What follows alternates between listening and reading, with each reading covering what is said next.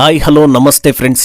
ಕಳೆದ ಒಂದು ತಿಂಗಳಿನಿಂದ ಆಗ್ತಾ ಇರೋ ಬೆಳವಣಿಗೆಗಳಲ್ಲಿ ಹಂತ ಹಂತವಾಗಿ ಪ್ರಧಾನಿ ಮೋದಿಯೇ ಇವರೆಲ್ಲರ ಟಾರ್ಗೆಟ್ ಅನ್ನೋದು ಗೊತ್ತಾಗ್ತಾ ಇದೆ. ಎಲ್ಲ ರೀತಿಯ ಆಂತರಿಕ ದಾಳಿಗಳ ಬಳಿಕ ಈಗ ಪ್ರಧಾನಿ ಮೋದಿಗೆ ಮೋರಲ್ ಸಪೋರ್ಟ್ ನೀಡೋ ಕೆಲಸ ಆಂಧ್ರ ಪ್ರದೇಶದಲ್ಲಿ ಆಗಿದೆ.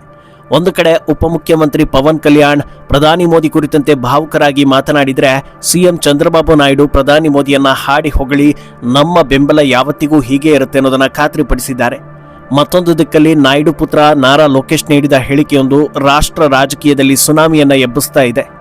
ಇದು 3 ವರ್ಷಗಳ ಹಿಂದಿನ ರಾಜಕೀಯ ಲೆಕ್ಕಾಚಾರಕ್ಕೆ ತಳುಕು ಹಾಕಿಕೊಳ್ತಾ ಇದ್ದು, ಪರಿಸ್ಥಿತಿ ಎಲ್ಲಿಂದ ಎಲ್ಲಿಗೆ ಬಂದು ನಿಂತಿದೆ ಅನ್ನೋದನ್ನ ಬಹಳ ಕ್ಲಿಯರ್ ಆಗಿ ತೋರಿಸ್ತಾ ಇದೆ.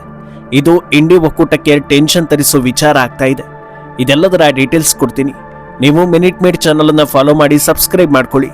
ಅಲ್ಲೆಲ್ಲೋ ಯುದ್ಧ ಆಗ್ತಾ ಇದೆ, ಆದರೆ ನಮ್ಮ ಫೇವರೇಟ್ ದೇಶಕ್ಕೆ ಭಾರತ ಸಪೋರ್ಟ್ ಮಾಡ್ತಾ ಇಲ್ಲ, ಇದೆಲ್ಲದಕ್ಕೂ ಮೋದಿಯೇ ಹೊಣೆ ಅಂತ ದೂರು. ಜಾಗತಿಕ ಮಟ್ಟದಲ್ಲಿ ಏರುಪೇರಾಗಿದೆ ಅಂದ್ರೆ ಭಾರತದಲ್ಲಿ ಎಲ್ಲದಕ್ಕೂ ಬೆಲೆ ಜಾಸ್ತಿ ಆಗುತ್ತೆ, ಎಲ್ಲರ ಕತೆ ಮುಗದೇ ಹೋಯ್ತು, ಎಲ್ಲದಕ್ಕೂ ಮೋದಿಯೇ ಕಾರಣ ಅನ್ನೋ ಆರೋಪ. ಬಿಜೆಪಿ ಎಲೆಕ್ಷನ್ ಗೆದ್ರೆ ವೋಟ್ ಚೋರಿ ಮಾಡಿದ್ದಾರೆ, ಮೋದಿಯೇ ಮಾಡಿಸಿದ್ದು ಅನ್ನೋ ದೂರು. ನೀಟ್ ಪರೀಕ್ಷೆ ಪೇಪರ್ ಲೀಕ್ ಆಯ್ತು, ಅದಕ್ಕೆ ಮೋದಿಯೇ ಹೊಣೆ. ಪ್ರತಿಕ್ರಿಯೆ ಕೊಡ್ಲಿಲ್ಲ ಅಂದ್ರೆ ಕಾಳಜಿ ಇಲ್ಲ ಅನ್ನೋ ದೂರು. ಪ್ರತಿಕ್ರಿಯೆ ನೀಡಿದ್ರೆ ಇಷ್ಟು ದಿನ ಬೇಕಾಯ್ತಾ ಅನ್ನೋ ರೋದನೆ. ಸೆಲ್ಫಿ ವಿಡಿಯೋ ಮಾಡಿ ಸಂದೇಶ ಕೊಟ್ರೆ ಇಷ್ಟು ಹತ್ತಿರದಲ್ಲಿ ಮುಖ ತೋರಿಸಬೇಡಿ ಅಂತ ಟೀಕಿಸೋ ಜಗತ್ತಿನ ಅತ್ಯಂತ ಸುಂದರ ಪುರುಷರು ಹಾಗೂ ಸುರ ಸುಂದರಿಯರ ಟೀಕೆ.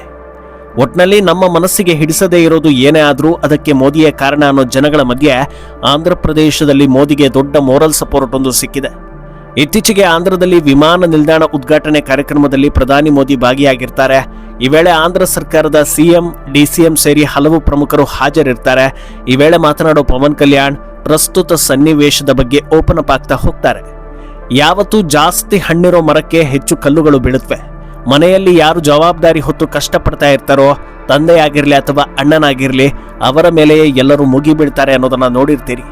ಅದೇ ರೀತಿ ನೆನೆಗುದಿಗೆ ಬಿದ್ದಿದ್ದ ಭಾರತದ ಅಭಿವೃದ್ಧಿಯನ್ನ ಮತ್ತೆ ಮೇಲಕ್ಕೆತ್ತಿ ಸತತವಾಗಿ 3ನೇ ಬಾರಿ ಪ್ರಧಾನಿಯಾಗಿ ಆಯ್ಕೆಯಾಗಿರೋ ನರೇಂದ್ರ ಮೋದಿಯವರ ಬಗ್ಗೆ ಯಾರ್ಯಾರೋ ಏನೇನೋ ಅವಾಚ್ಯಗಳನ್ನ ಬಳಸಿ ಮಾತಾಡ್ತಾ ಇದ್ರೆ ನಿಜಕ್ಕೂ ಅದನ್ನ ನೋಡಿ ನನಗೆ ಬೇಸರವಾಯಿತು, ಕಣ್ಣೀರು ಬಂತು. ದೇಶಕ್ಕಾಗಿ ಕಷ್ಟಪಡುವವರಿಗೆ ಅಂತಿಮವಾಗಿ ನಾವು ಇದನ್ನ ನೀಡ್ತಾ ಇದ್ದೀವಾ ಅಂತ ಅನ್ನಿಸ್ಬಿಡ್ತು.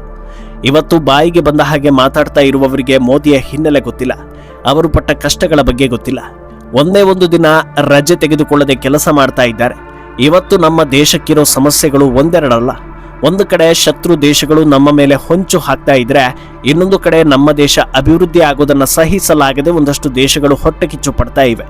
ಇದೆಲ್ಲದರ ಮಧ್ಯೆ ಆಂತರಿಕ ಶತ್ರುಗಳ ಕಾಟ ಕೂಡ ದೊಡ್ಡ ಮಟ್ಟದಲ್ಲಿದೆ. ನಮ್ಮ ದೇಶವನ್ನ ಅಭಿವೃದ್ಧಿ ಮಾಡಬೇಕು ಅಂದ್ರೂ ಒಂದು ಕಡೆ ಹೊರಗಿನ ಶತ್ರುಗಳು, ಇನ್ನೊಂದು ಕಡೆ ಒಳಗಿನ ಶತ್ರುಗಳ ಜೊತೆಗೆ ಹೋರಾಡುವ ಪರಿಸ್ಥಿತಿಗೆ ಬಂದಿದ್ದಾರೆ. ಇಂಥ ವ್ಯಕ್ತಿಗೆ ನಮ್ಮಿಂದ ಹೇಳಬಹುದಾದ ವಿಷಯ ಏನಾದರೂ ಇದ್ರೆ ಅದು, ನಾವು ನಿಮ್ಮ ಜೊತೆ ಇದ್ದೀವಿ, ನಿಮಗೆ ಬೀಳೋ ಏಟುಗಳು ಅದು ನಮಗೆ ಬಿದ್ದಂತೆಯೇ. ಈ ರೀತಿ ನಿಲುವು ತೆಗೆದುಕೊಳ್ಳೋ ಮೂಲಕ ನಾವು ಅವರಿಗೆ ಬೆಂಬಲ ಕೊಡಬೇಕಿದೆ. ನಿಜವಾಗ್ಲೂ ಜಂತರ್ ಮಂತರ್ನಲ್ಲಿ ಕೇಳಿಬಂದ ಮಾತುಗಳಿಂದ ಬೇಸರ ಆಯಿತು.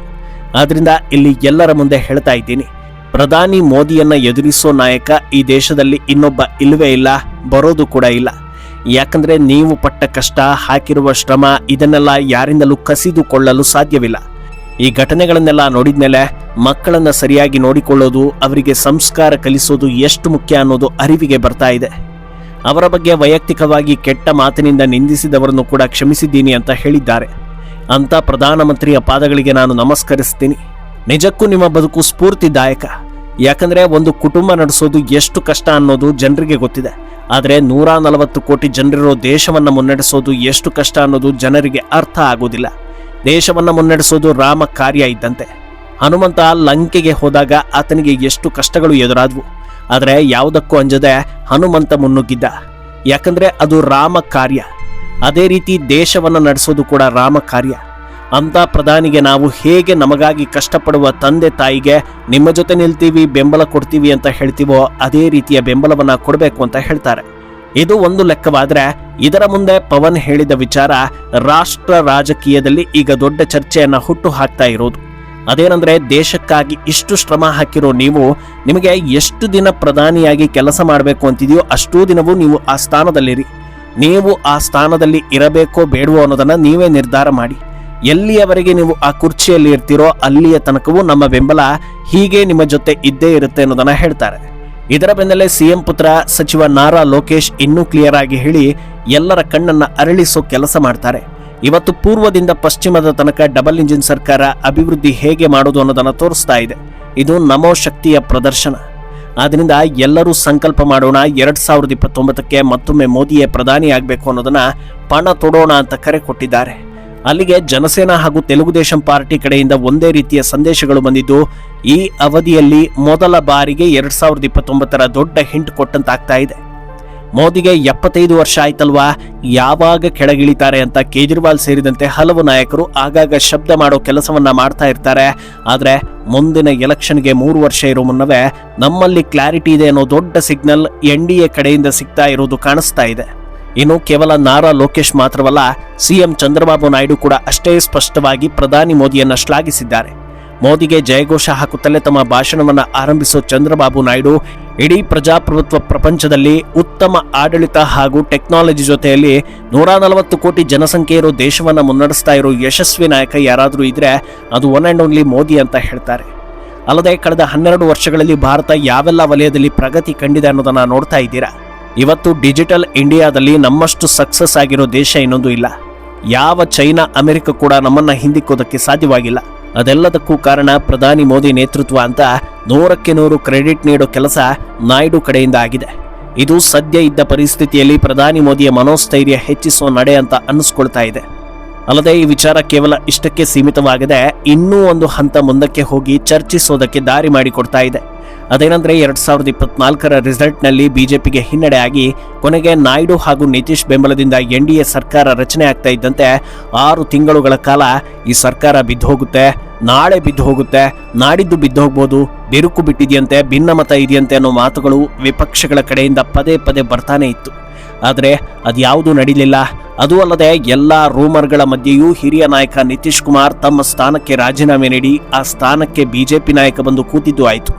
ಇಲ್ಲೂ ಕೂಡ ಒಗ್ಗಟ್ಟನ್ನು ಮುರಿಯೋದಕ್ಕೆ ಸಾಧ್ಯವಾಗಲಿಲ್ಲ. ಈಗ ನೋಡಿದರೆ ಆಲ್ರೆಡಿ ಮುಂದಿನ ಅವಧಿಗೂ ಹಿಂಟ್ ಕೊಟ್ಟಿದ್ದಾರೆ. ಈಗ ಜಿರ್ಲೆಗಳು ಅಥವಾ ಇನ್ನಿತರೆ ಹೋರಾಟಗಳು ನಡೀತಾ ಇರೋದೇ ಮೋದಿಯನ್ನ ಕೆಳಗಿಳಿಸಬೇಕು ಅನ್ನೋ ಏಕೈಕ ಉದ್ದೇಶದಿಂದ. ಆದರೆ ಇನ್ನೊಂದು ದಿಕ್ಕಲ್ಲಿ ಮೋದಿ ಕೆಳಗಿಳಿಯೋದಿಲ್ಲ, ಮುಂದಿನ ಬಾರಿಯೂ ಅವರೇ ಇರ್ತಾರೆ ಅನ್ನೋದನ್ನ NDAಯಲ್ಲಿರೋ ಪ್ರಮುಖ ಮಿತ್ರರು ಹೇಳ್ತಾ ಇರೋದೇ ದೃಢವಾದ ಸಂದೇಶವನ್ನ ನೀಡಿದಂತೆ ಕಾಣಿಸ್ತಾ ಇದೆ. ಅಂದಹಾಗೆ ಪ್ರಧಾನಿ ಕುರ್ಚಿ ಅನ್ನೋದು ಅಪರೂಪದ ವ್ಯಕ್ತಿಗಳಿಗೆ ಮಾತ್ರ ಸಿಗೋ ಹುದ್ದೆಯಾಗಿದ್ರು ಹತ್ತಿರದಿಂದ ನೋಡಿದವರು ಯಾರು ನಾನು ಪ್ರಧಾನಿ ಆಗಬೇಕು ಅಂತ ಹೇಳೋದಿಲ್ಲ. ಯಾಕಂದ್ರೆ ಆ ಸ್ಥಾನದಲ್ಲಿ ಕೂತ್ರೆ ಯಾರ್ಯಾರಿಂದ ಏನೇನೆಲ್ಲ ಅವಹೇಳನವನ್ನ ಅನುಭವಿಸಬೇಕು ಅನ್ನೋದನ್ನ ನೋಡ್ತಾ ಇದ್ದೀರಾ. ಪ್ರತಿ ಕ್ಷಣಕ್ಕೂ ನಮ್ಮ ದೇಶದ ಒಳಗಿರುವವರೇ ಹೊಂಚು ಹಾಕೋ ಪಟ್ಟವನ್ನ ಕುಟುಂಬಸ್ಥರಾಗ್ಲಿ ಅಥವಾ ಸೀಕ್ರೆಟ್ ಆಗಿ ಕುಟುಂಬ ಮೇಂಟೈನ್ ಮಾಡ್ತಾ ಇರುವವರಿಗೆ ನಿರ್ವಹಿಸೋದಕ್ಕೆ ಸಾಧ್ಯವೇ ಇಲ್ಲ. ಈ ಸ್ಟೋರಿ ಬಗ್ಗೆ ನಿಮ್ಮ ಅನಿಸಿಕೆಯನ್ನ ಕಮೆಂಟ್ ಮಾಡಿ. అలాగే ఈ దేశ ప్రధానికి సెలవు తీసుకోకుండా పనిచేస్తున్న ఈ దేశ ప్రధానికి మనం ఇవ్వగలిగేది, మీరు మా కోసం ఎంత కష్టపడ్డారు, మీరు మా కోసం నిరంతరం ఎంత శ్రమ తీసుకున్నారని చెప్పడమే మనందరి కర్తవ్యం.